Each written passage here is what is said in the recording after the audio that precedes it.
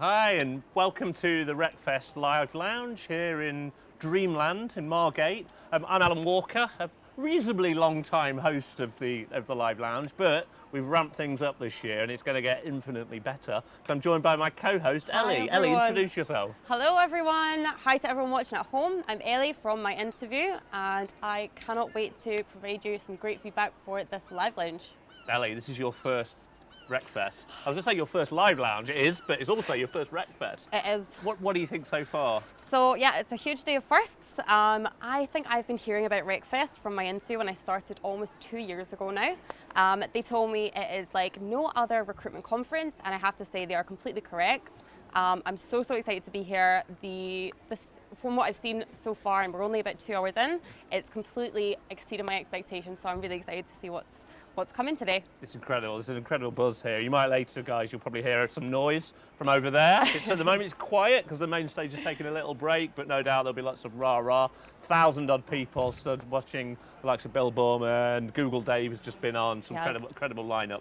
Yeah. And what do you think of the venue? It's unusual for a conference, obviously. Do you know what? It is, and I think that's kind of what makes it so special. I have a bit of an obsession with old theme parks, so on that note just alone, I'm super excited to be here, but I think the atmosphere is just absolutely buzzing. You know, people are so excited to be at the first in-person event, I think, for almost every single person here. Yeah. It's so different to actually see people. The venue looks amazing. We've got bright lights, and yeah, I think people are just really excited to get stuck into things. Excellent, good. So we're going to be hearing from a host of special guests and speakers from all sorts of really crucial topics. So we've got equality, diversion. We also have some employer branding, EVP, candidate experience, of course. So what are you personally looking most forward to hearing about today? Yeah, it's interesting. I keep getting asked this question, and it's really hard for me to kind of pick on one particular person because the lineup's so good. And there's some incredible speakers across all of those topics, and there's everything else that's happening around the event as well. I think for me, actually, it's about all of that, but none of it. For me, it's the overall vibe of a RecFest. It's the buzz, it's the chance to run into people you've not seen for potentially a couple of years. Yes. And seeing them in 3 dimensions rather than just 2 is a completely different experience. So it's the whole thing for me rather than one particular speaker. Yeah, I completely get that. I mean, actually, last time we saw each other, we were at a conference, I think it was January 2019, guys. So it's been a little journey. Little did we know at that part that was probably going to be, I mean, it was my last in-person conference. So it's been about a year and a half of Zoom conferences. How do the two compare? I think they're a very different experience, it's fair to say. I don't hate the online conferences, I don't hate the online events. I run some myself and host them, so if I did, then I'd be doing something I don't like doing, and I tend not to do things I don't like doing. It's a good, but good definitely this physical thing is it's a different league. Yeah. And it's, as much as anything, again, it goes to the point of being it's a different experience. It is. And it's a necessary experience. For sure. Because when you're sat at home all the time doing your job, and then you're sat at home doing your conferences, it's just hard work. I have spent a lot of time in my living room. Am I on mute? Am I not on mute? Is the camera working? So it's good not to have those extra things to worry about, right?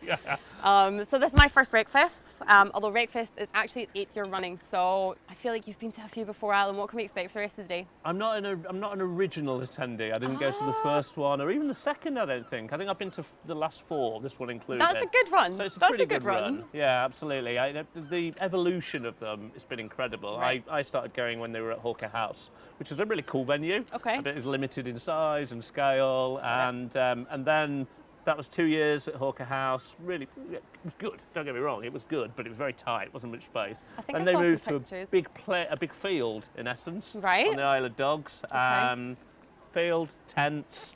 I heard that. Circus tents. RecFest. Proper festival feel. Now, RecFest's been called RecFest since the beginning, but I don't think Jamie would claim it was truly a festival until the last outdoors one. No, until you're in your wellies and your tent, you know, are you really at RecFest? It felt like that, absolutely, the last one. My only downside of the last event was it was about 400 degrees Celsius. Right. And being a ginger, sat outside interviewing people all day, it showed at the end of the day. Yeah, I mean, I'm also Scottish, so we'll see. Oh, well, we'll both melt. Well, listen, it's great. I think we're going to have a great day ahead. I agree. We've got Jamie Leonard, the founder of the recruitment events company, and the man who's this event. It's his vision. He's going to be our first interviewee at 11:15. Yep. But I think probably now we take a little break and we'll be back with you in about 10 minutes, guys. Perfect. Sounds good.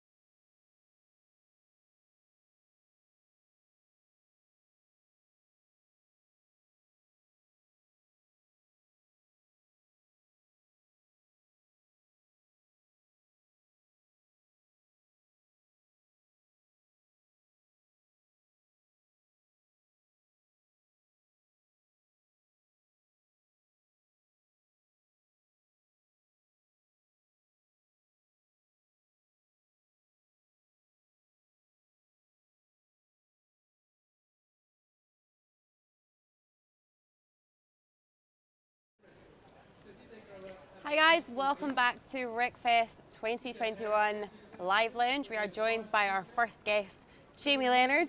Jamie, for those odd few in the audience that for some reason do not know who you are, please tell us a little bit about who you are and what you do. My name is Jamie Leonard. I am the co-founder, CEO of the Recruitment Events Company. We do events, and RecFest is one of them, and the biggest one and probably the most recognised. Big barbecue enthusiast, father of two.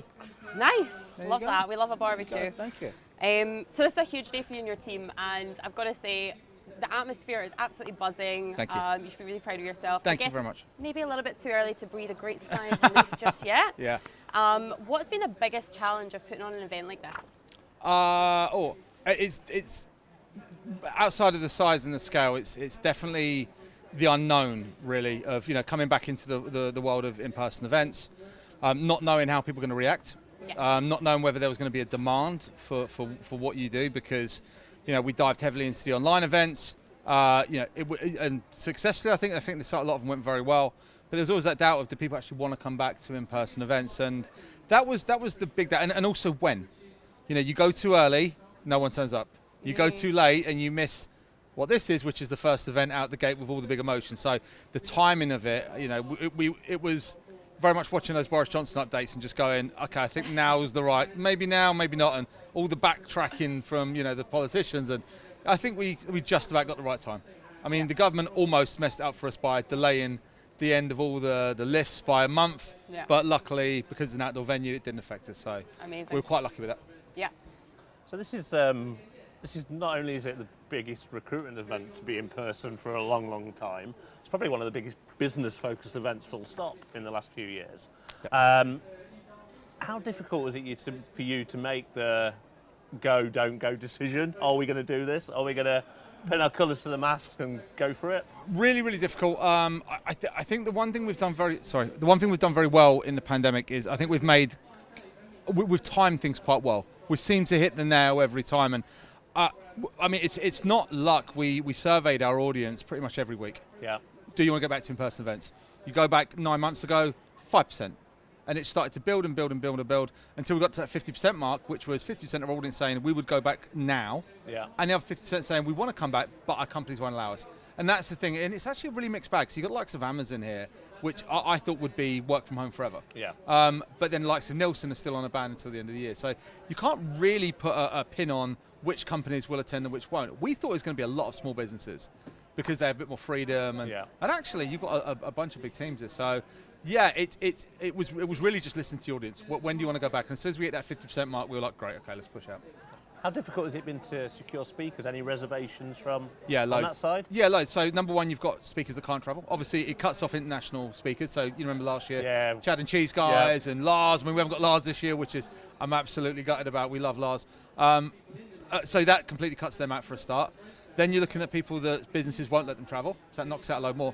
And then you run the risk, and we haven't had any so far of, we've advertised you, and your kid gets the ping, that dreaded ping the day before, and we've got to lose 1, 2, 3 speakers. Now, we haven't had anyone so far, so fingers crossed on that one. But yeah, no, that was very, very difficult. Yeah, I was seriously worried myself up until about Wednesday that I was going to be one of the pings. And I'll be going, Ellie, Me too. have fun.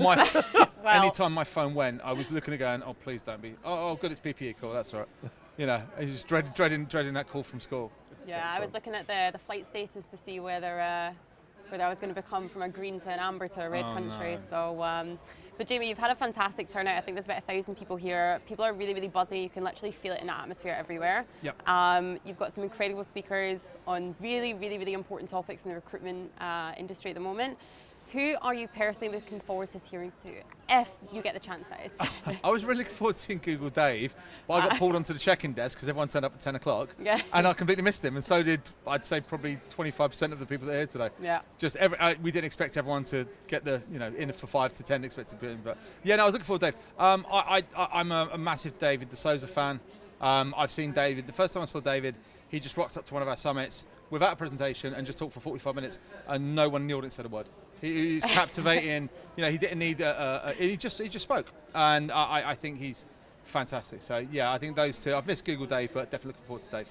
Amazing. And you've obviously come through a huge amount of hurdles to make this event happen, and thank you for making it happen. I'm so excited to be here. Thank you very much. So finally, like, would you recommend putting on an event towards the end of a global pandemic? No, no. I wouldn't recommend putting on an event without a global pandemic. It is the most stressful job in the world. Right. So if you look at Forbes has a top 10 most stressful jobs every year, and it goes firefighter, police officer, soldier, event organizer. Wow. Really? Put it into context, right? People that run into burning buildings, people that get shot for a living, and what we do.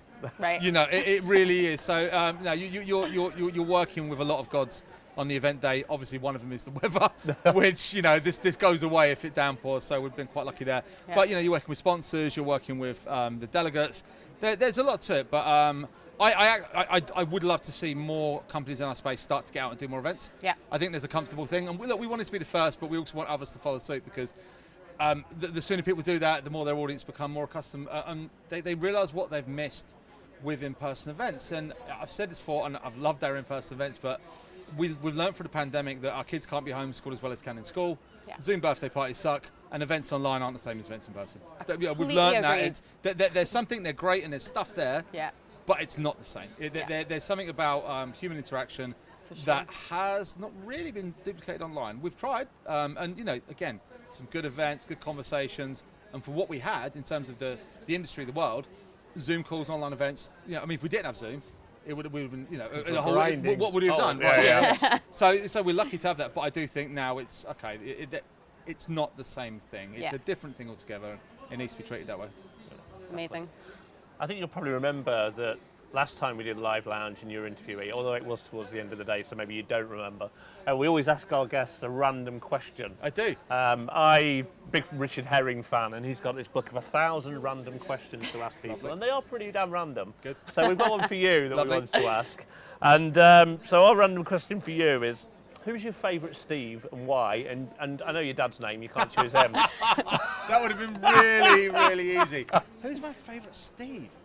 I'm going to annoy so many people. Okay, so I suppose the best man at my wedding, one of my best friends, a guy called Steve Smith. So I'm going to take the easy one out on that. Not mention any speakers, any clients. Best man at wedding. That'll do me. Yeah, I'll take that one. I like it. Excellent. Brilliant, guys. All right, Thank you very much. Appreciate Jamie, it. thank you so much for taking some time on your very, very busy day to come speak to us. We're going to take a break now. We'll be back at 12 o'clock and see you guys soon. Thanks a lot, guys. Bye-bye. Cheers. Cheers. Bye. Thank you, folks. That was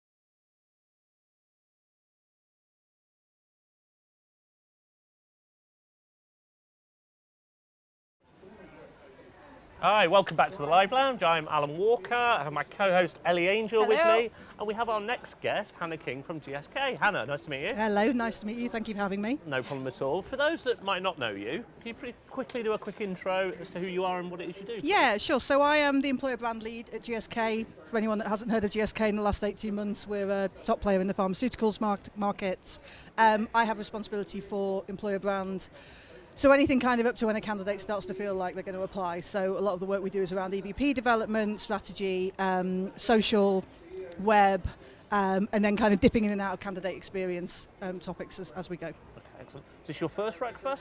I had my first RecFest 2 years ago in Mudchute when we were very, very lucky to have the weather like we've got now, which is amazing. And obviously I've been attending so many of the webinars over the course of the last 14, 15 months. So yeah, really, really pleased to be back and with humanity and in the sunshine and looking forward to the bar opening. Nice. I keep using the phrase 3 dimensions. It's yeah, quite nice imagine. Like that. It's brilliant. So why are you here today? Other than the vibe and seeing people, are you here to talk? Yeah, so I'm going to be talking later on. I'm on at 4:30, talking about our sort of 6-ish year journey on social media.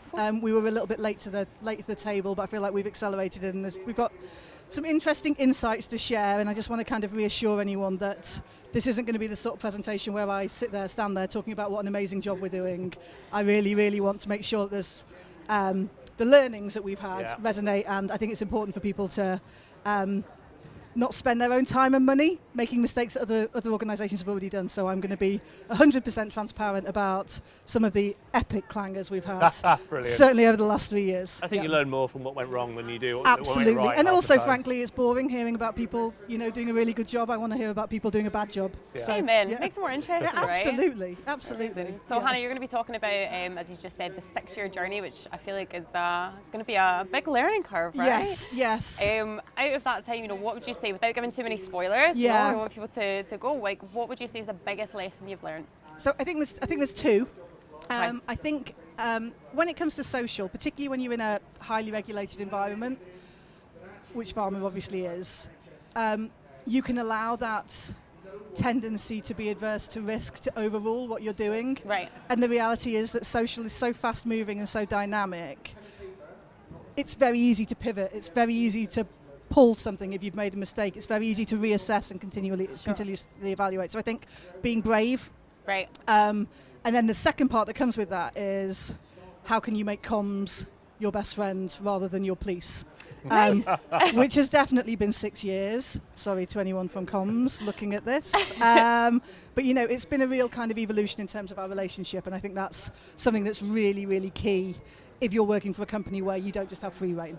Fantastic. Definitely. I like the word evolution there. It's yes, evolution. Only the other way is up. So it's no secret that different personas have different needs at different times, maybe in their career and their life. How would you, sort of tailor the EVP for your different audiences? Yeah. So we have our overarching EVP, which has been in place for about 3 years now, and is really incredibly well embedded in the organisation, to the point that a lot of our senior leaders could tell you or could verbalise what the EVP is all about. But we know that particularly when you're working cross-function, cross-audience, cross-country, there are nuances, I hate that word, within those different pockets, and being able to identify what's important to your audience, but also how your organisation is performing against the EVP in those markets or audiences is really important. So to give you an example, I guess, we've recently done a lot of work in India and Poland. We're going through an enormous offshoring exercise at the moment, and we've really looked at the EVP and gone, okay, if one of the pillars is inclusion and diversity, what does that mean in Poland versus what does that mean in India versus what does that mean in the UK or the US, where they do mean incredibly different things because of the way the population is made up. So really looking at that from an external research perspective, but also what our employees are telling us, because there's no point in having an EVP unless you can back it up with proof points. And we could go away talking about amazing initiatives that we have in the US or the UK where we're the most established, but then if that doesn't actually land or it's not happening in the smaller markets, your EVP isn't delivering on the promise that you're making, which is really unfortunate and incredibly unfair. Yeah, it's very interesting that I hadn't really thought about how much it must actually change depending on even just geographical location. And it can even change as much as almost on a city-by-city basis in a country like the US. So I recently started a piece of work with the team in Boston that's actually now gone on hold for a little bit. But again, we were looking at, what does health and wellness mean in Boston, which is such an incredibly competitive market, particularly in the biopharm space, and how can you cut through and stand out? Or in fact, do we even have that kind of culture or the proof points that sit behind that can allow us to cut through, or is that something we need to address internally? Interesting. One thing you mentioned there was about your leaders being able to verbalise the EVP. I don't think every organisation could argue that they've managed to achieve that. How have you got to that point? Yeah, it's actually, I can take no credit for this. Our overall purpose is, oh no, it's gone. Oh, brilliant. Brilliant. This is one of the spectacular fails we were talking about. Our overall purpose has a particular cadence to the sentence structure. Yeah. And what we've done is we've aligned that to, I can't believe I can't remember it. We've aligned the kind of messaging framework to that. So our EVP is Be You, Feel Good, Keep Growing, which aligns to something, feel better, live better, live longer. Is the end bit of the purpose, put me on the spot. And I think actually it's quite a clever tool that I don't think I've seen before, which is everyone at GSK, because our purpose is so catchy that everybody remembers it, being able to then use the EVP and the messaging behind that so it mirrors it has meant it doesn't feel conceptual or overly strategic. It kind of does what it says on the tin. And it's people kind of sing about it. It's really, and it's genuine. It doesn't feel disingenuous. It really has landed well. So I definitely say to anyone who's looking at EVP development at the moment is think about the language that you use and how you can really make it resonate with someone who sits outside of the TA function. Yeah. Because most of the people that your candidates are actually seeing are the people that have got to be able to articulate that message. And I feel for you, by the way, there. When I was with Pearson, I was heavily involved in the EVP and the employer brand project there. And whenever I got asked to regurgitate them, I'm like, you'll be doing your next session, and you'll just see a flash of me running around. And I'll be like, I got it. Well, invite you back on. You're welcome to come back on. I might do it at the start of my my talk later on. For anyone that doubted me. Well, talking of talks, obviously you're here to talk yourself, which is great, but I guess you're here to see other people as well. Yes. Who are you looking forward to seeing? I really enjoyed Google at the start. Yeah. I am really looking forward to going over to Disruption at some point and seeing some of the I&D talks that are going on. I think that's so incredibly important, and just, want to get some insight as to everyone can do better. We all know we can do better, but I think there's a need for something that is beyond what we're all trying to do. We almost need something that's more aspirational than this is kind of what you should be doing, because we all know how difficult it can be to shift in organisations. From that baseline of this is what you've got to do really nowadays. Just beyond that. What was quite interesting in the last talk that I attended was they were talking about it's easy to change tech. And it's really not in certain organisations. I was like, so it's I think how you can manoeuvre around that, but also how you can put start to apply pressure to any suppliers that you're going to continue to use for contracting, or just because there isn't appetite within your organisation to shift things to address the challenges that you're facing. So I'm hoping to get some insight on that throughout the rest of the day. Excellent. Every one of these live lounge sessions, we ask the guests a random question. And it's a random question, what is your company's purpose? It's something else, even more random than that. Okay. So I plagiarise these from a guy called Richard Herring, because I love his randomness. And the one we've got for you is, other than your actual parents, right? If you could choose anybody to be your mum and dad, who would they be? And why? And why? Who would they be and why? I mean, the Obamas are pretty... Oh, they'd be cool. They're pretty, but not in that like I'm a cool mom sense. No. Just in I just think very aspirational, principled, but also like pleasantly humble. Yeah. I feel like I should have a funny one. I'd really like Sigourney Weaver to be my mum. I don't know why. I just think I have an affinity to her. I was a massive Aliens fan, Yeah, so I'd yeah. go with that as Mine well. is from Working Girl, but Right, okay. rather than Different, Alien, but yeah. slightly different genre. But yeah, I'm gonna have to go with the Obamas. Yeah, okay. Without the Sigourney Weaver as your auntie. Yes, maybe Yeah, the mad drunk aunt. I think Sigourney Weaver could be. That Now going to go and do some research and probably find she's teetotal, and that could be my second mistake. Oh, thanks, Anna. No, thank you very much. Fantastic. Thanks for your Cheers. time, and thanks to the audience for watching this last interview. We're back on at 12:15-ish, so we'll see you in around, well, about 2 minutes, hopefully.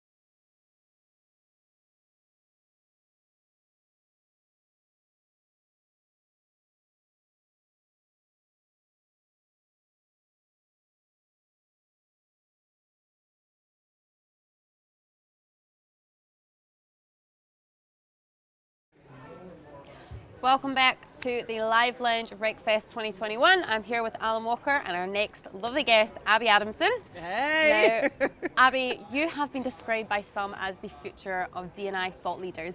But for those of you who are not familiar, please tell us a little bit about who you are and what you do. Oh, so my name is Abby Adamson. I am the founder of the Diversity Partnership. Cool. We go into different organizations and brands and help them with their DEI, so diversity, equity and inclusion efforts, help them with their frameworks, their action plans, really make sure it's not a tick box exercise, and that everything they do is built with sustainability, and that, you know, 5 years from now you can look back and say, right, we're doing it the right way. So a bit about me. Amazing. It's such an important topic, so you're making a big difference in the world. God, I hope so. I'm sure. We'll see in 5 years, right? Yeah, exactly. I like that. You can do a retrospective interview. Exactly. Yes. Please. So why are you here in RecFest 2021? Because I was held at gunpoint, and no. Well, you know what? It's really nice to be out and about again. Many of the people here, I've just been seeing their torsos, so it's really That nice. sounds a bit weird. We've been on Zoom calls for like the last 18 months, and it's, you know, I used to work in talent acquisition for a long time. I'm very passionate about inclusive hiring.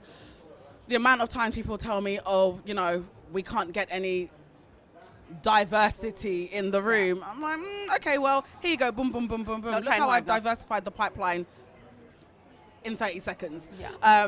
So, you know, I wanted to come to RecFest to meet all these amazing people, learn some things. You know, I'm an academic by nature, so I love learning from other people. Cool. My tagline is, no one knows everything, but together we know a lot. I love that. So, yeah, so I'm here to just chill, meet new people and give my 2 cents about things. Amazing. Yeah. Brilliant. So obviously DE&I is a huge focus at the moment for recruitment. Everyone's talking about it. Lots of people doing stuff about it, some wanting to do stuff about it. What kind of trends are you starting to see? Well, let's start with the negative. I think one of the bad trends is that a lot of organizations, or some organizations, I think it's fair to say, that they mistake experience for expertise. You know, just because you have a black or brown person or a gay person in the room doesn't make them an expert in that field. Right. Yeah. And I think it's really unfair to offload those burdens, because it's a heavy thing to carry on people from underrepresented groups, because it makes you look good, especially if they don't have any experience and any expertise. They might have lived experiences and expect them to do their day job and carry that at the same time. So that's the negatives. Right. Unless you've been living on Mars, we all know the death of George Floyd acted as a catalyst to a lot of organizations saying, sugar honey iced tea, we're not doing enough to make, you know, to show that we are inclusive recruiters, or inclusive employers, I think that's better to say. And so what's been good is that people are beginning to really take a good look in the mirror and say, what we are showing to the world, are we like that behind closed doors? And I think that's really important. I think it's really important that you know, organizations are becoming very self-aware. So, yeah. And the fact that they're hiring more people like myself to come in and help them. Look, Rome wasn't built in a day, and we're not expecting, say myself and people like myself, trying to level the playing field. We're not expecting every organization to be experts in this. You know, a lot of terminologies, for example, they're very new to people. You know, we weren't talking about diversity, equity, and inclusion the way we are today. And that requires patience, and that requires you stepping back and saying, hold on, we actually don't know what we're talking about. Let us go and get someone to help us with this, rather than doing it on our own and getting it all wrong. Yeah, so that's a really good point. It's that self-acknowledgement, actually. Exactly. You don't know everything. Exactly. I mean, in fact, you might not know anything. But actually go out and learn and talk to people who do. Exactly. You're here talking today about leadership, authenticity. Yeah. How would you describe your own leadership style? Woo! No, brilliant, brilliant. I'm just great. It's like my little horns are coming out. No, do you know what? I describe myself as firm but fair. You know, if you are looking for someone who's going to stroke your ego, who's going to, you know, pander to your fragility, I'm not the person for you. If you're looking for someone who's going to pace how you learn, who's going to be very firm and be very patient and also be very kind in how you learn, then I'm the person for you. And I think I've worked with loads of CEOs and CTOs and all the C's basically. I've worked with all the C's, and I've had some organizations, you know, calling myself to come in and help them. And I think they were expecting a yes person. And when I've arrived, I've been like, right, yep, you're doing this really well. However, you need to change this, this, and this. And that's my leadership. So I will hold people accountable. You won't get away with just lip service with me. Like, okay, well, I can hear you. I don't see you doing anything about it. You've been talking to me for a long time now. Can we start doing things about it? And that's the kind of person I am. I'm very firm, fair, hold people accountable. But I still do things with a lot of patience and grace. I'd like to think so. Yeah, I mean, like, look, yes, they make you feel good, but are you actually becoming a better person? Are you growing, developing? Exactly. Probably not. We're talking about building inclusive organizations, inclusive cultures. You don't build those things by just saying yes to people because they're in proximities to power. Yeah. You know, you change those things by challenging them. Yeah. You change those things by, you know, if there are challenges or problems, you go in and say, right, I see your challenges, here are the solutions I have for you. Yeah. I think that's how you empower people. Yeah. You know, otherwise we're just going to be going around in a vicious circle and nothing's really going to change. So yeah, well, it's definitely time for change. And Abby, you're going to be in at 2:15. What can people expect?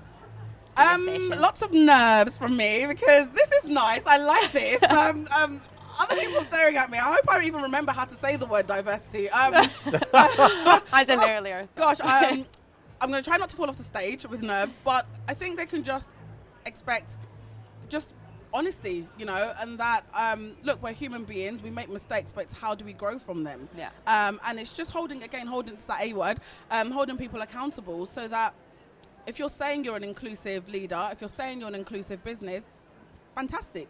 Yeah. Show me. Yeah. Amazing. That's it. And who are you know, there's a lot of different talks, a lot of different great topics. Yeah. You know, who are you most looking forward to? I just missed David D'Souza. He was just on stage now. I was really looking forward to him. I'm looking forward to everyone because, again, I'm here and I've seen all these amazing people and these names. I'm like, oh, I know that person. I know that person. Oh my gosh. And so everyone, really. I'm just, I'm very greedy when it comes to absorbing knowledge. So I am going to be fangirling everybody. Love it. So yeah, that's me. And all the recordings will be available as Oh, well. yeah. You reminded me about recordings. You can watch this back. You can watch yourself. That would be weird. I don't know about that, but yeah, it'll be good. It's you know, it's going to be a good day for sure. One thing we like to close these interviews with is a random question. So Okay. Nothing to do with work. Just Okay. completely random. Yep. So our question to you is, what's your favourite TV theme tune and why?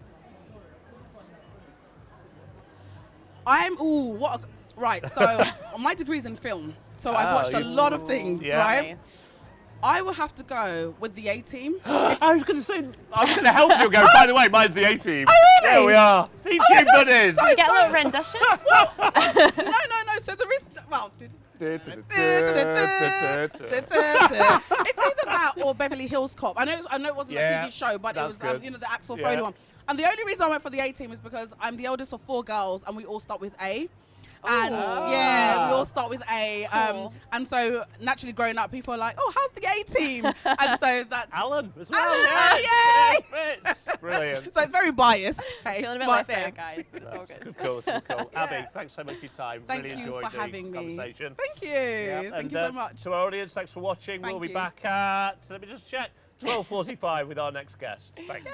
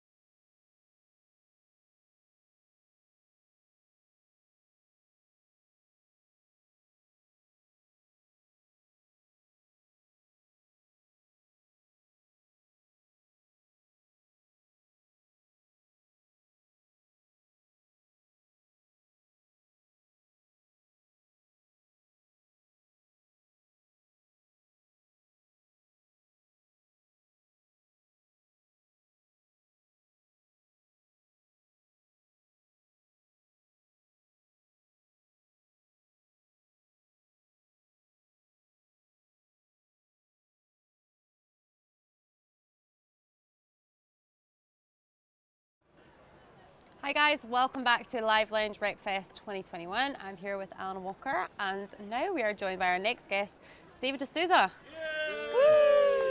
Woo! Exuberant live audience there. David, for those of you who don't know, please could you tell everyone a little bit about who you are and what you do? Yeah, certainly. I'm membership director at the CIPD, so we're the professional body for HR and people development, but I have a passionate interest in the world of work more broadly. So it's a delight and an honour to be here with such luminaries of the profession. And Alan. And me. So, yeah. Amazing. You having a good day so far? It's been fantastic to see people back together is incredible. The way it's set up is always so thoughtful, but just the buzz is just remarkable. So yeah, it's a I think for many people here it's a landmark day in terms of their year. Amazing. Other than soaking up all the buzz and the incredible atmosphere, you know, what are you doing in RecFest 2021 today? So I've already had a chance. I'm really lucky to speak to some of the other speakers, and they've been absolutely fantastic. There's a brilliant session on inclusive leadership that I'm looking forward to this afternoon.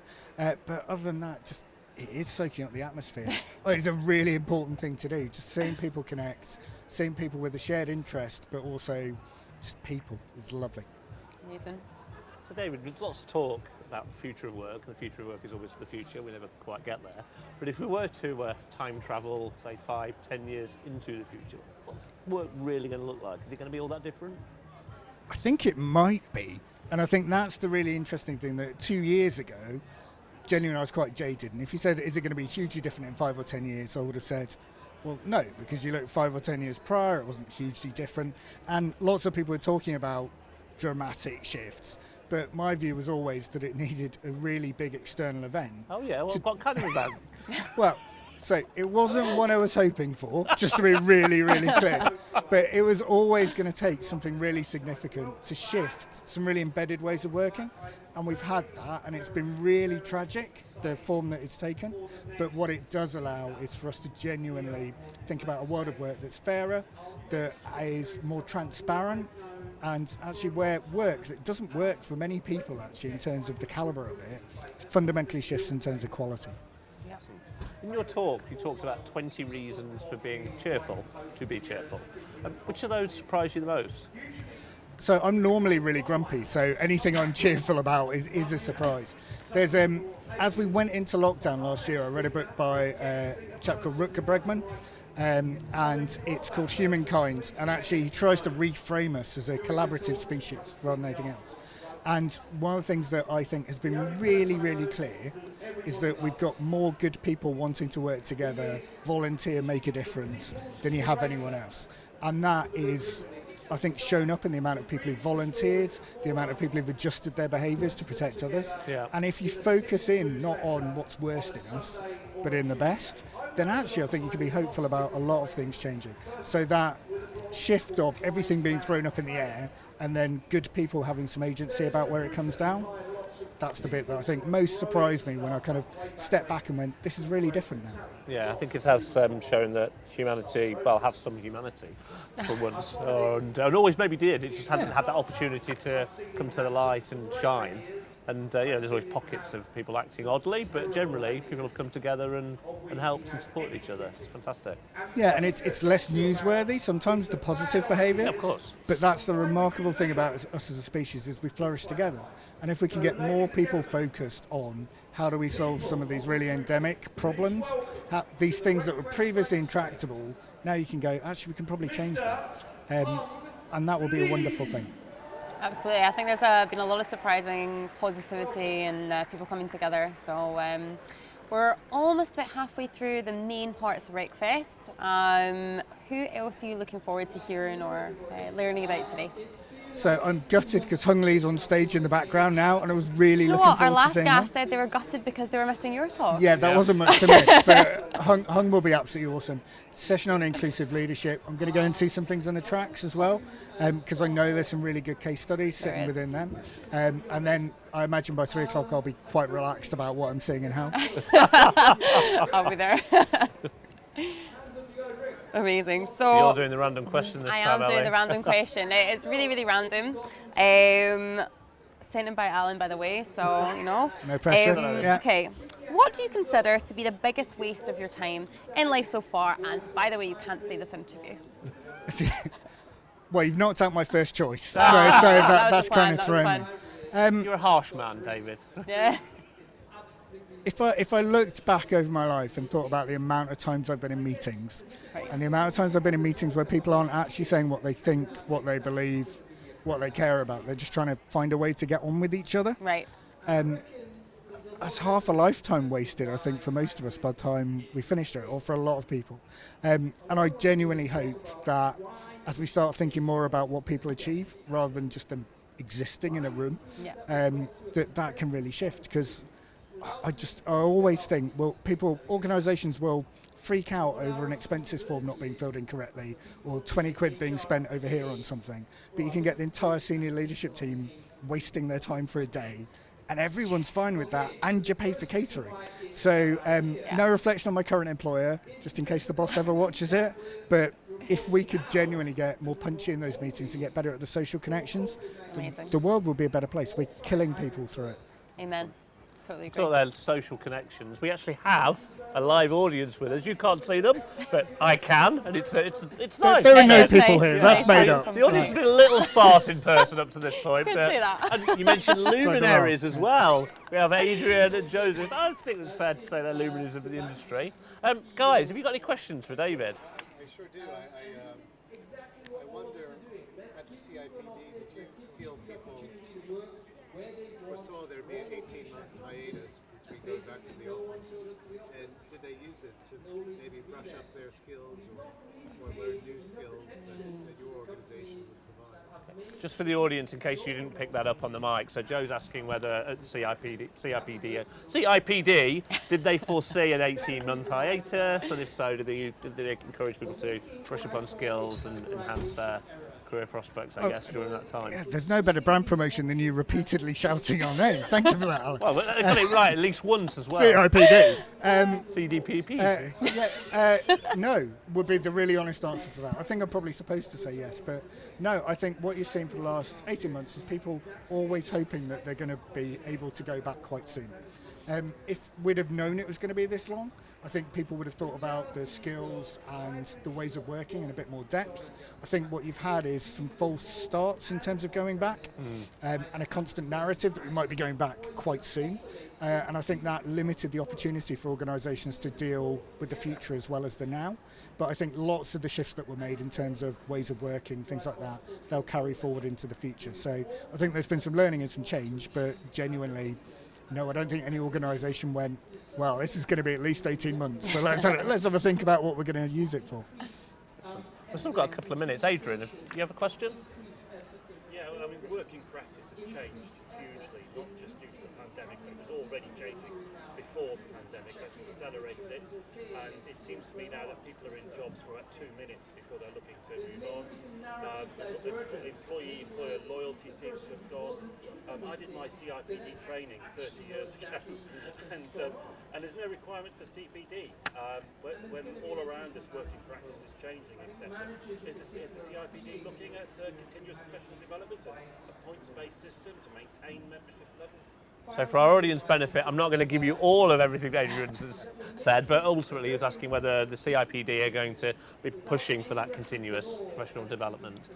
Yeah, definitely. So we're going to be launching a new hub that is the centrepiece for, I guess, people's learning and their development. And one of the things that we'll increasingly do over the next couple of years, and we'll be very clear with people as to how, we'll be expecting that investment in CPD quantified, people reflecting on it as well. So it's not just how many hours have you put in, but it's are you genuinely learning and progressing in the way that you need to be. And that's a really important shift for us to make. I think a lot of people expect us to have it in place already, but what we wanted to do is genuinely build a modern system to house that, and there'll be more of that coming next year. Excellent. David, thank you. Guys, thanks for the questions, much appreciated. Ellie, thanks as ever. And audience, thank you. We'll be back in a couple of minutes with Ed Bates. Ed Kemp, who's an international barrister, so very different to our other guests that we've had on today. And very different to Ed Bates as well. I feel I should point that out. Completely different. Yeah. Very. Completely.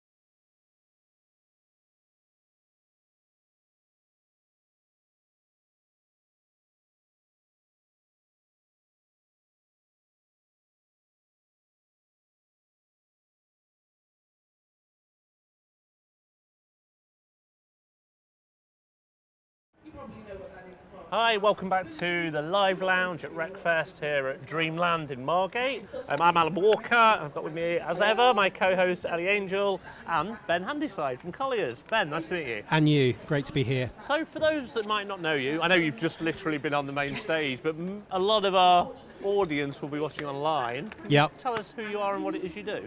So, Ben Handyside, I'm Director of Talent Acquisition in EMEA for Colliers, and my backstory is probably agency, search, RPO, 2P, in-house. Yep. The only thing I've not tried going anywhere near is kind of the interim side or the temp side, because that involves loads of numbers. I can't do it. So recruitment's been a massive theme, and that's woven into my background. And I'm kind of now got to the point where the way I see recruitment's about behavioural change as much as it is about actually just hiring someone. I think that's the behaviour piece, yep. the end product. I think it's what's going on before that in organisations that recruitment and TA can drive that is becoming super interesting right now. Okay, definitely, very interesting. Why are you here at RecFest? Well, firstly, it's a few years since I actually have been, and weirdly I was sat in the audience watching everyone a few years ago, yeah. And now stood on the stage. It's kind of funny how life works out, and we work with smart recruiters really closely, and they've been a really big support, and they've also been a big cornerstone of kind of the strategy I've put together about how do you leverage the sources of information that you need. So when I arrived, I think recruitment and talent acquisition at Colliers was quite superficial, and what I mean by that, it was, this is what we're doing, this is how we're doing it, this is our time to hire. And I think the world's really moved on, and also when you're presenting that information to your leaders that have invested quite a lot of money, yeah. Let's be honest, they need to actually understand what's really going on. And it's not just always the good news stories, I think, that you see. It's about how do you actually communicate effectively to really draw them into the conversation that means they're able to understand what they've actually bought, yeah.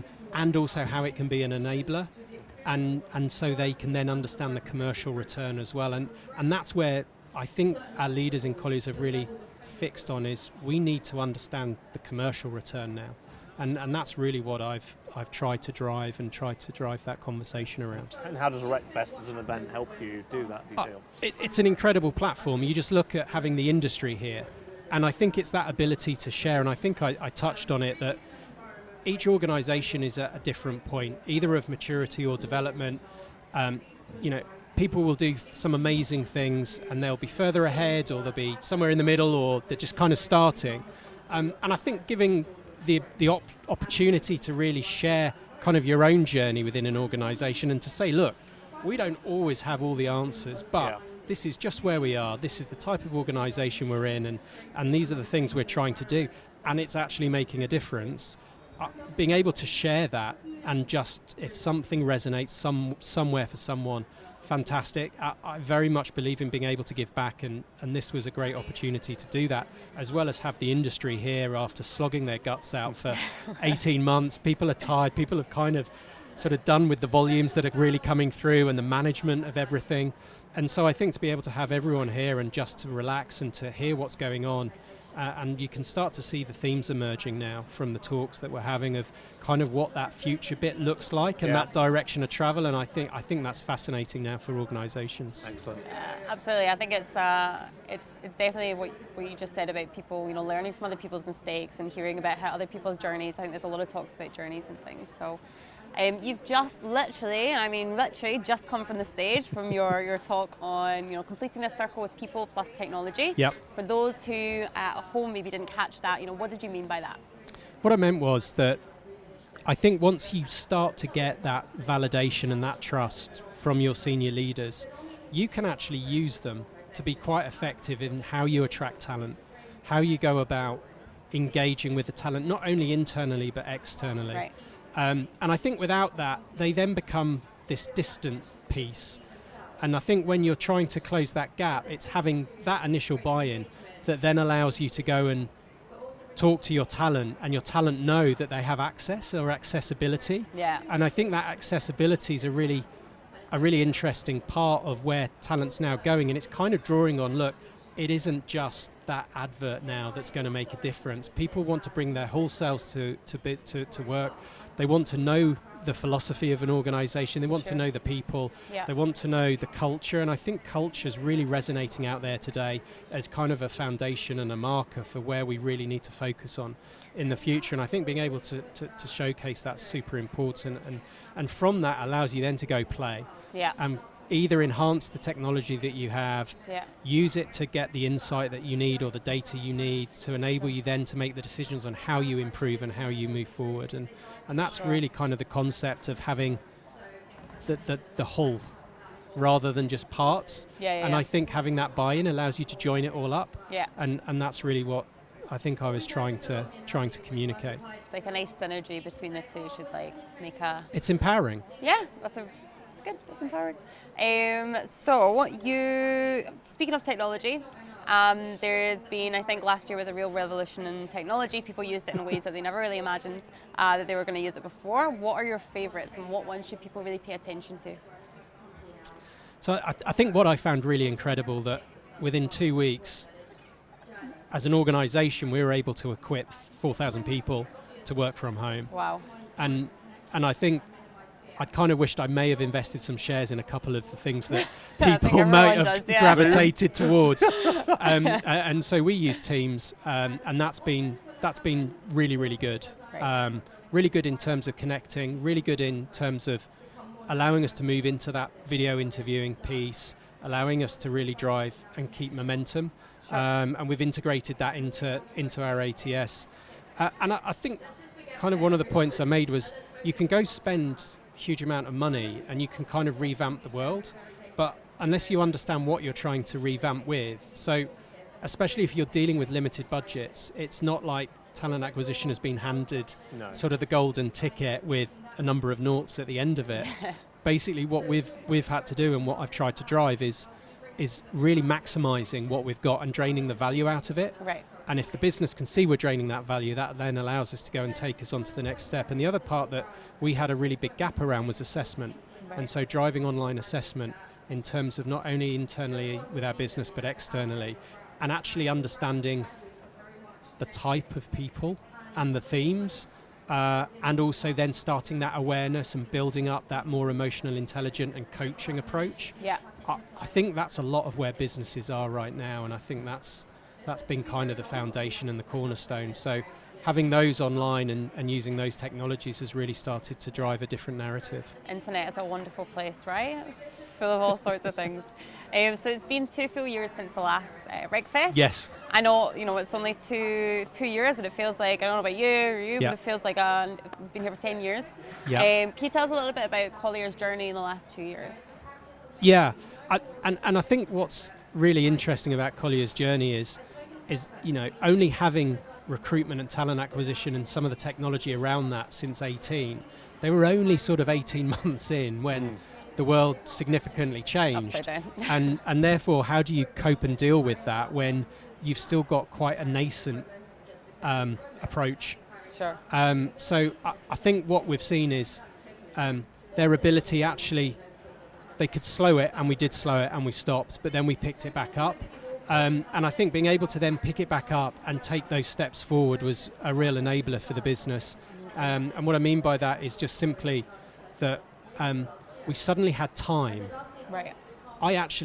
This is weirdly, but the paradox of COVID is it bought time. Oh, for sure. And it allowed me to go and play around and dig and kind of lift lids and ask awkward questions. Yeah. And I think if you've used that time really wisely, you've really set yourself up for future success. Yeah. And I think that's what we're now beginning to see, is that we had a pause for breath and we're able to use that. And if you've used that, and that's why there is opportunity in whatever situation. And I think if you can look at and find the opportunity rather than, this is really tough, yes, we know it's, and use that and maximize that, then I think as you move into sort of the future of work, then you're in a really strong place.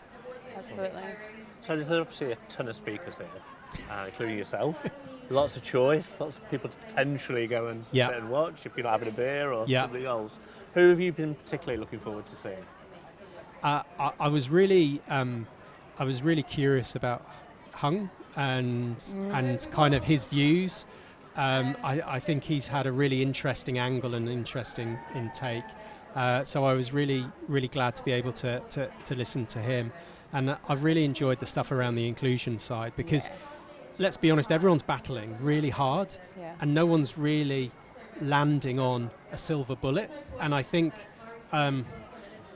it's almost a case of just not trying to change everything really quickly around the inclusion and the diversity piece, but it's actually taking what matters to your business and what's kind of that root cause or that issue that we could look to change, and then creating some soft targets, because let's be honest, everyone's looking at it and no one wants to try and make it more difficult than what it already is, because it's another change. So I think they've been absolutely outstanding in terms of the stuff that's been going on. And I guess the reason people haven't found the silver bullet is because it frankly doesn't exist. Absolutely, it doesn't exist. And also the context of why each, would it? Well, quite right. And the context of each business is so highly nuanced now that, gone are the days of the cookie cutter approach. I think, I touched on it. It's about playing what's in front of you and using that and maximising the positivity and the opportunities around that allows you to really start to make some significant changes as well.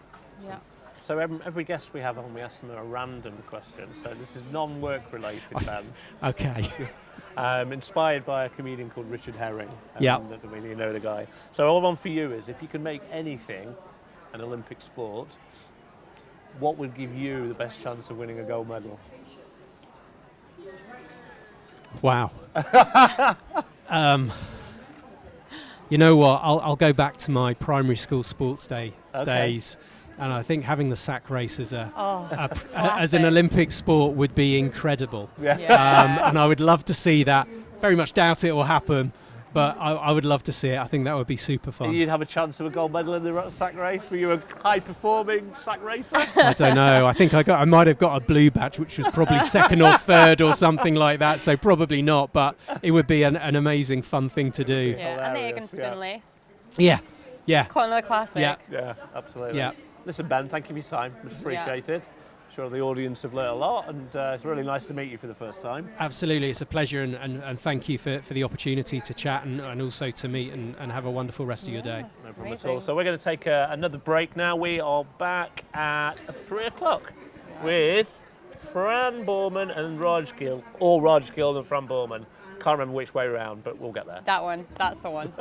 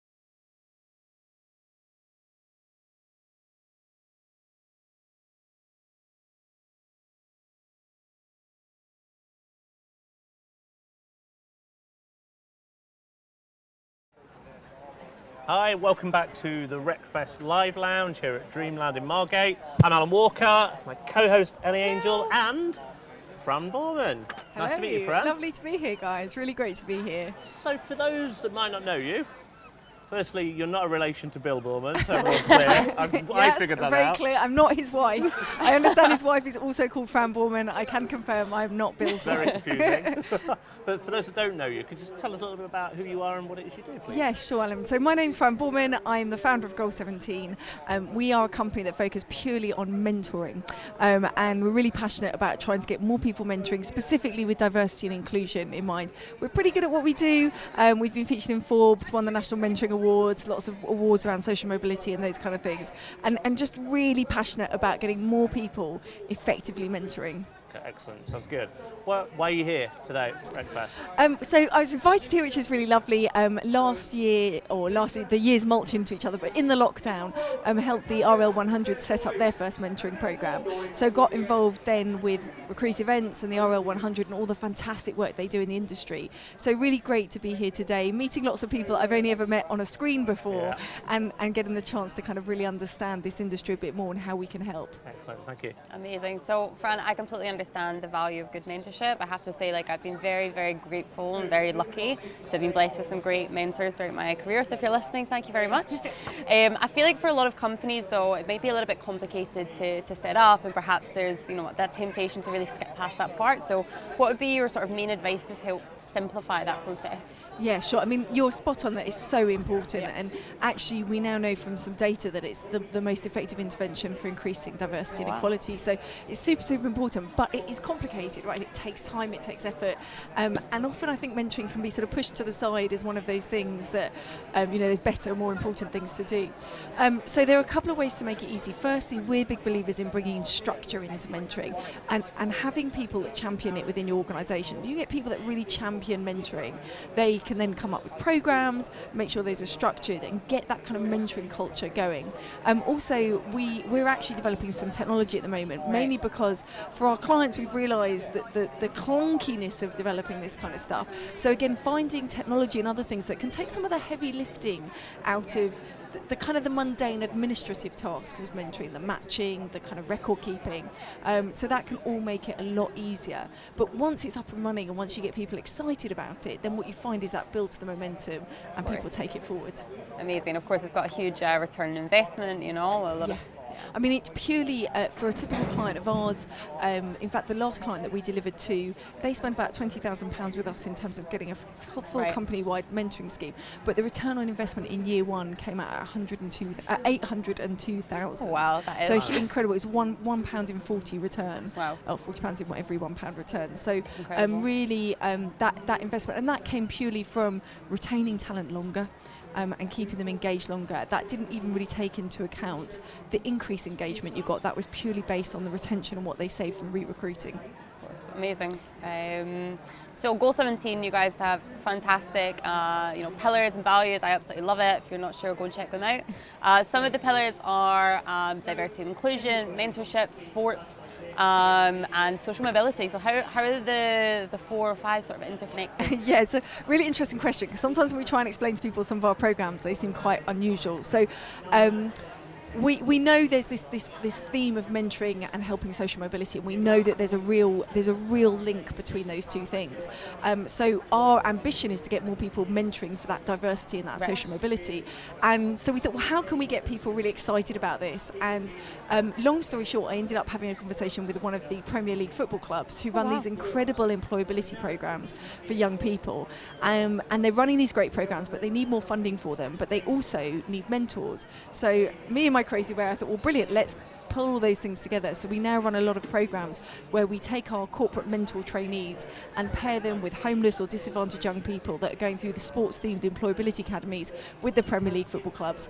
And we use that element of sport just to break down barriers. I always say it doesn't matter who you are, whether you like football or not, quite topical at the moment, whether you like football or not, or or whether you're a fan or whatever age you are, with the CEO of a company or a homeless young person, when you have that ability to bring people together through a sport, it's hugely powerful. So that's how the sport comes in with the mentoring and then the social mobility. Love it. Amazing. So there's a lot going on today. Yes. A ton of speakers, ton of little sideshows here and there as well, including this one. What have you been really looking forward to, and what have you enjoyed going to so far? Well, I know this is probably not very fair to the people at home, but it's been really lovely meeting people. And again, for me, quite new into this particular industry, I think it's really fascinating the range of people that you've got here, but also I kind of feel like this is a really powerful space to be in, because helping get the right talent into organisations, I know from running my own business, the ability to get the right talent in your organisation is a fundamental difference to your success. So kind of talking to people here, what I'm fascinated is actually the power that they've all got and how they're really embracing that. And it's as a sort of an outsider coming in, I think it's really, really reassuring to see such great people taking that interest in that. And I think then also there's just such a variety of topics, from things that are going to be close to my heart, such as diversity, but also it's really interesting talk earlier on about should we be remote working or not, or those kind of things. So being able to be in a place where you're and appreciating maybe that at that point where you are bringing people into an organisation, just how much power you have is kind of cool, right? So I'm absolutely loving meeting people and hearing all about that. Excellent. So I did warn you before you came on that we always have one random question that we ask our guests. We've done this for a couple of years running now. It goes quite well. It's something light-hearted. I'm getting slightly nervous here. So no, don't be. It's not too unkind. So your random question, Fran, is if Snow White had 11 dwarfs instead of 7, okay, what would the other 4 be called? Oh my goodness. The other 4 dwarfs. I'm trying to think of my kids now and trying to think what they are. Untidy would be one of them. Okay, that's definitely one that's up there. Slow. Is there a slow because they're sleepy, but it's not slow? Sleepy and slow are different, aren't they? So slow. Probably be smelly. Can you tell I have young children? Or farty would probably be what they would choose. And what would be the 4th one? Stinky and let's think. Trying to think of one more. We've got a slowsy, haven't we? Stretchy, bendy. There we go. We'd have bendy. There we go. I like it. Good choices. Thank you. Thanks very much, Alan. Well, that's that's been an interesting insight to my day. So thank you for that, Fran, and thank you for our audience. We're going to take a very short, probably 5-minute break now before Raj Gill from Severn Trent comes on, and we ask her a random question.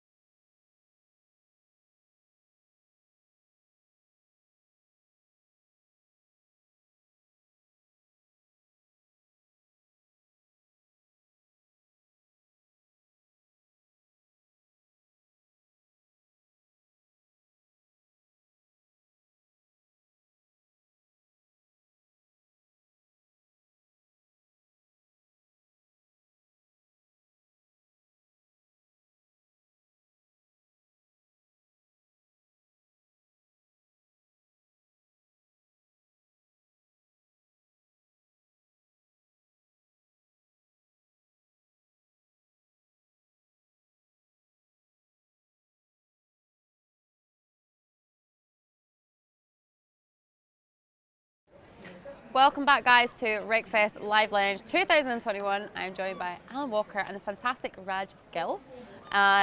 So, Raj, thanks so much for coming on. How are you doing? I'm good, thank you. How are you? Good, yes. It's been a good day so far. Yeah, really good. Nice weather as well. Yes, absolutely. So, Raj, for those of you who don't know, and we now know that you're from BT and not Severn Trent, that's the beauty of live TV, guys. Tell everyone a little bit about who you are and what you do. Of course.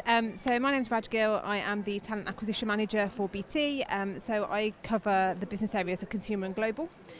So I'm responsible for all experienced hire recruitment within those particular areas, and have a wonderful team underneath me to kind of support me with that.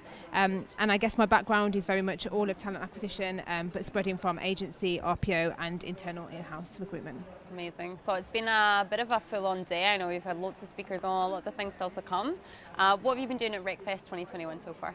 There've been some great speakers. Yeah. Been listening to those speakers on kind of main stage. I've also been part of the track events. So earlier on today was kind of talking about the success of mentoring, and I guess my experience within mentoring as well as part of kind of the RR100 program, and now over here with the Live Lounge with you two. Excellent. We're pleased to have you. Thank you so much. And Thanks I'm for sorry having again me. for getting the company over. That's okay. At least you got it right now. Yeah, exactly. Talk to us about the RL100 mentoring program. What kind of sets it aside from other mentoring programs? Yeah, sure. So I've been part of several kind of different mentoring programs as part of my career. I think the main thing that sets this one aside is the fact that I guess it's the way it's set up. I think I've never been part of a mentoring program where I've got access to I guess my peers of mentees around that. Yeah. And one of the main things I was kind of joining that program I really wanted to do was really get a grip on my external brand and my name within the external market.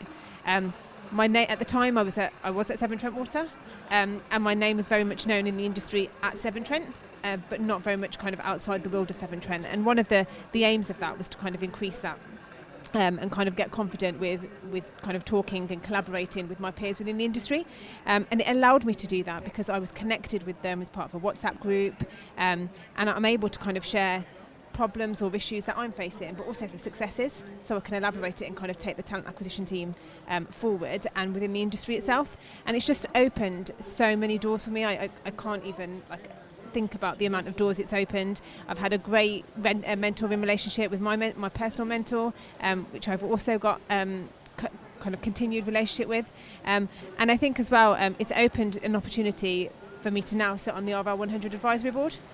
So I'm now part of that council, along with many other leaders, and it's great that we can kind of collectively come together to take the talent acquisition industry forward. Yeah.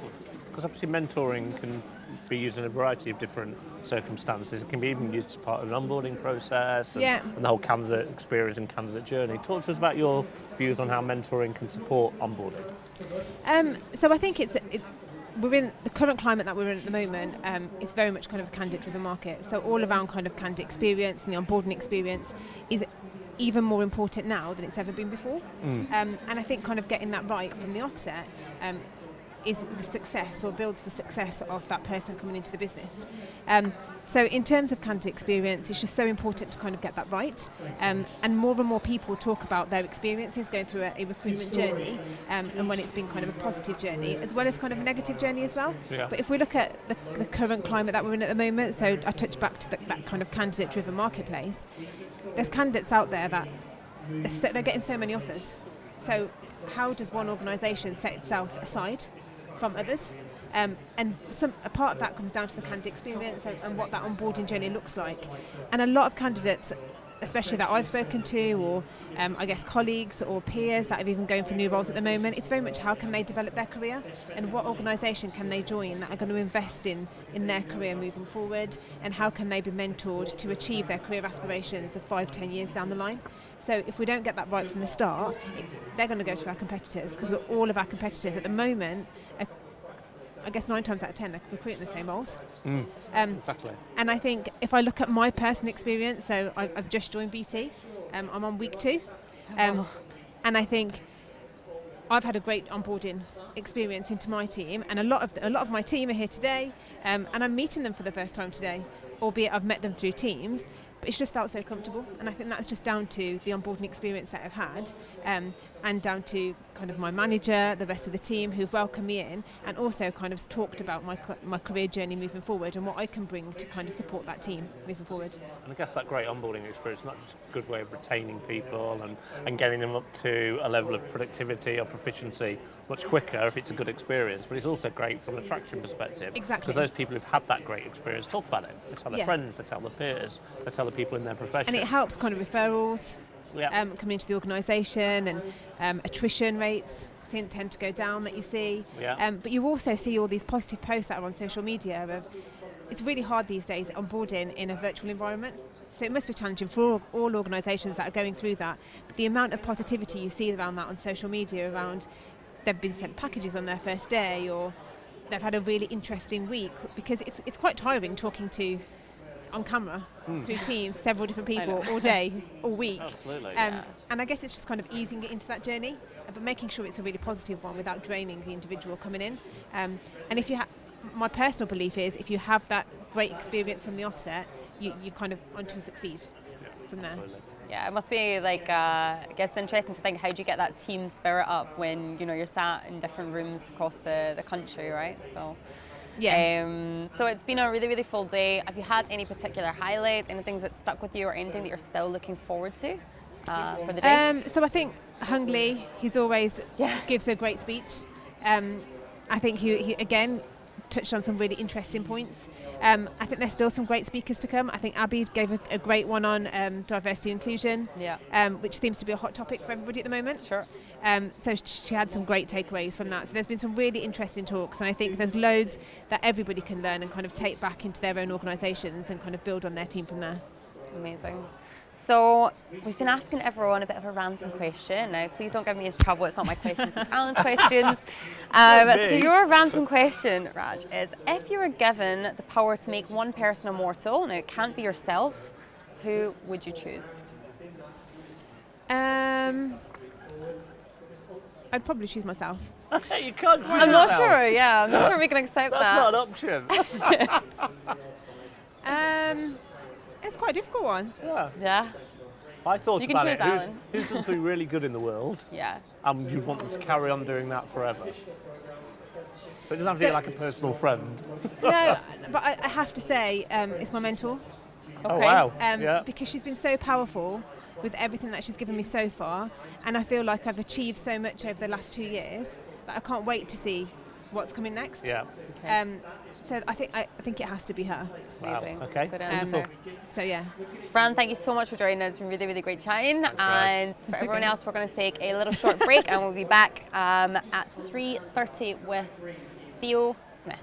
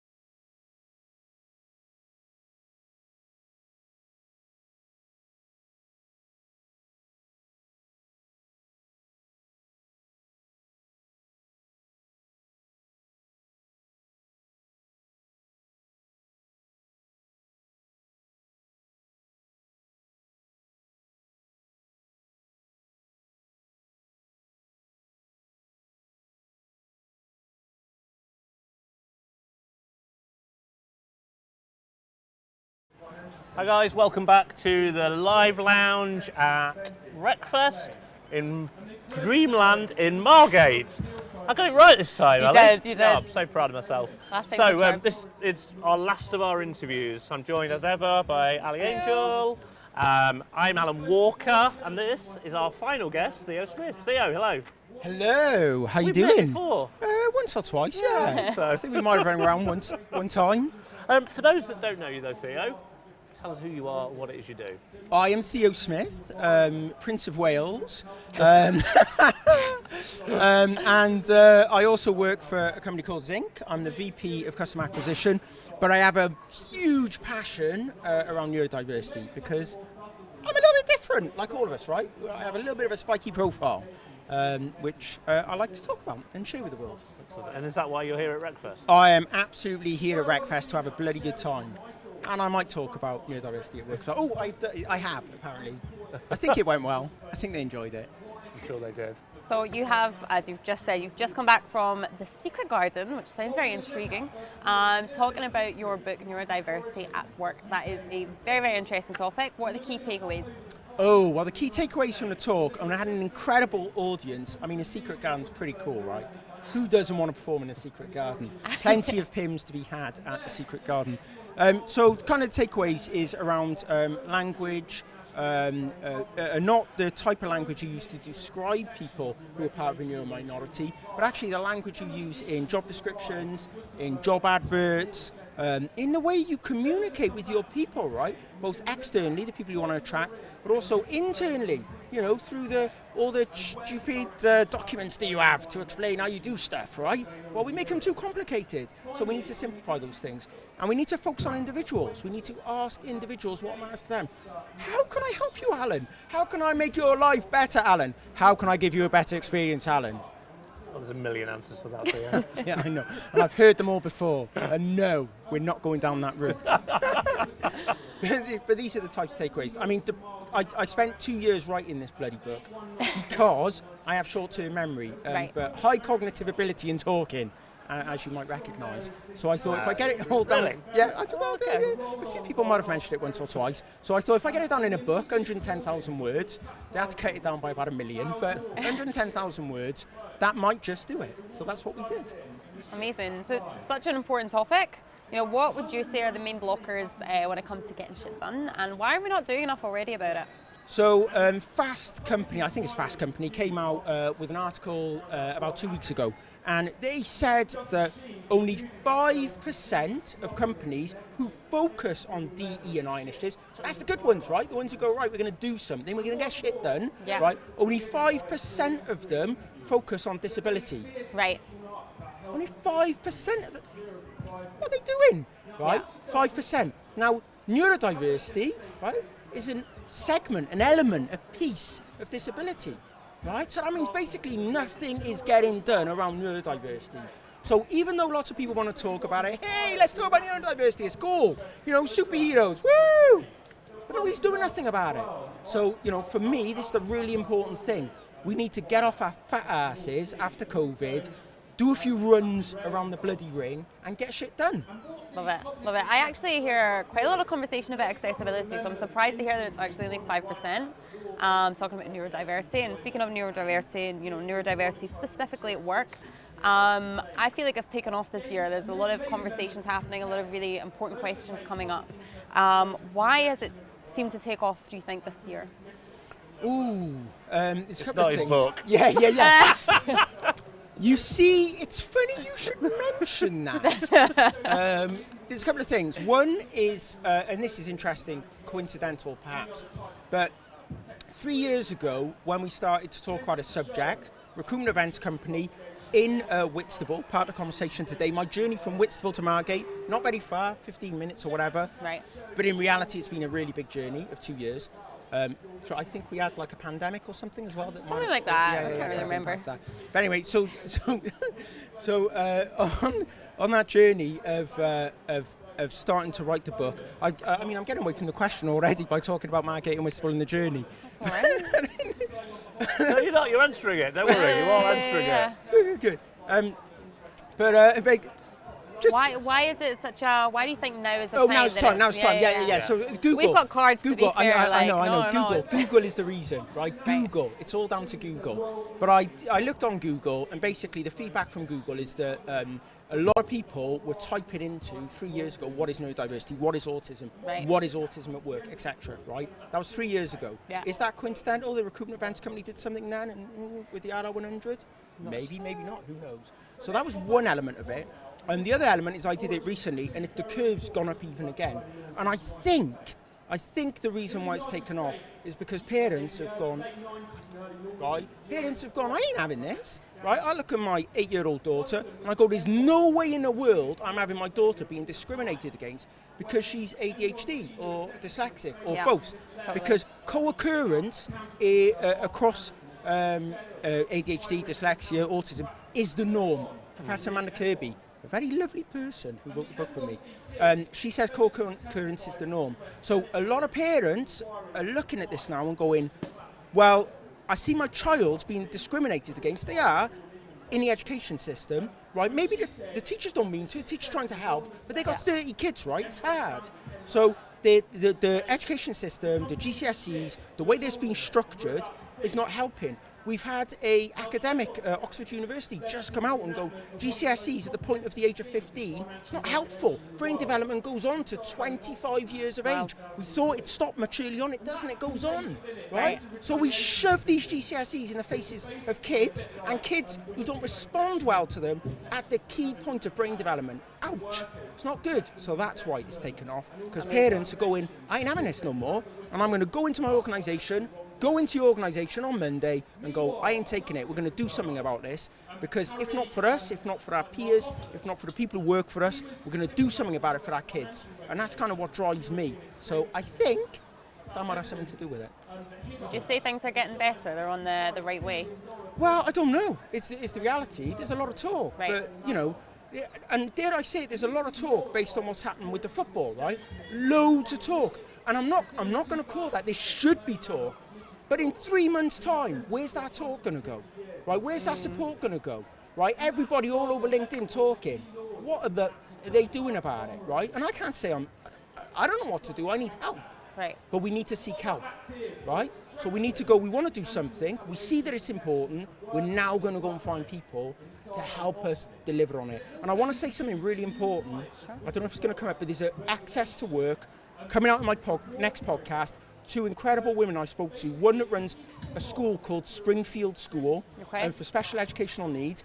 There's, through Access to Work, a government initiative, you can get somebody who has, I can't remember, special educational needs with the kind of the form to say they've got it in this school, and they can get a job coach, right? And with that job coach goes in, learns the job, and then supports that individual at doing the job. A great example of this on the news was somebody who was non-verbal, right? So they couldn't communicate verbally with their peers. They would never get through a recruitment process. They're now working for a company in East Cheshire, and their peers say, we can't give them enough work. They are incredible. They communicate with them, sticky notes, boards, right? It's not they can't communicate, it's they happen to be non-verbal. It's not they can't do a good job, they're incredible. So any organisation that goes, we ain't IBM, we ain't Microsoft, you ain't got no excuse. There's, talk to me, come find me. There's funding via the government. They won't just throw somebody in there, they'll find somebody that's relevant to the job that you've got, and they will support them through that process. No organisation can say they can't do that. Amazing. That help is available. Theo, thank you so much.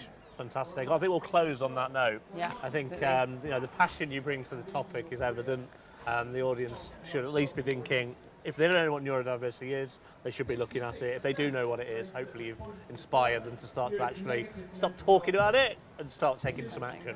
Thank you so much. But before we close, we have got something that I would like to do.